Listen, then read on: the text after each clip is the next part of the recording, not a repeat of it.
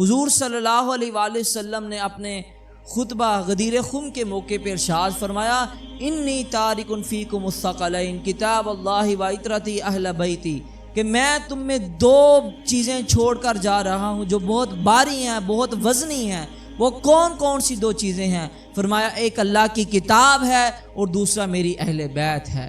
وَلَن يَتَفَرَّقَا حَتَّى يَرِدَ عَلَيَّ الْحَوْض، اور یہ قرآن اور میری اہل بیت یہ کبھی بھی ایک دوسرے سے جدا نہیں ہوں گے حتیٰ کہ حوض کوثر پر بھی میرے پاس اکٹھے آئیں گے۔ تو ہمارے ہاں بڑا ہی فرقہ پرستی کا رواج ہے، فرقہ پرستی کو ہوا دی جاتی ہے۔ جیسے ہی محرم کا آغاز ہوتا ہے، لوگ ان دو رسیوں کو، ان دونوں چیزوں کو تھامنے کی بجائے فرقہ پرستی شروع کر دیتے ہیں۔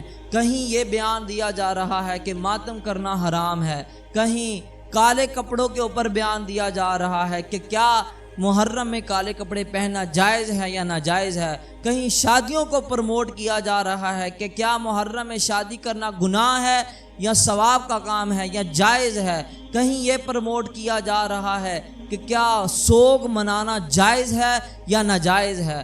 یاد رکھ لیجئے، اہل بیت کا معاملہ عام لوگوں جیسا نہیں ہے، اہل بیت عام لوگوں کی طرح نہیں ہیں، نہ ہی ان کا معاملہ عام لوگوں جیسا ہے۔ حضور نے اپنی اہل بیت کا غم پورا سال منایا ہے۔ حضرت خدیجہ اور حضرت ابو طالب جب دنیا سے گئے تو حضور نے پورا سال غم منایا اور اس سال کو عام الحزن قرار دیا، پورا سال غم منایا اور سال کا نام غم کا سال رکھ دیا۔ تو اہل بیت کا غم عام لوگوں جیسا نہیں ہے۔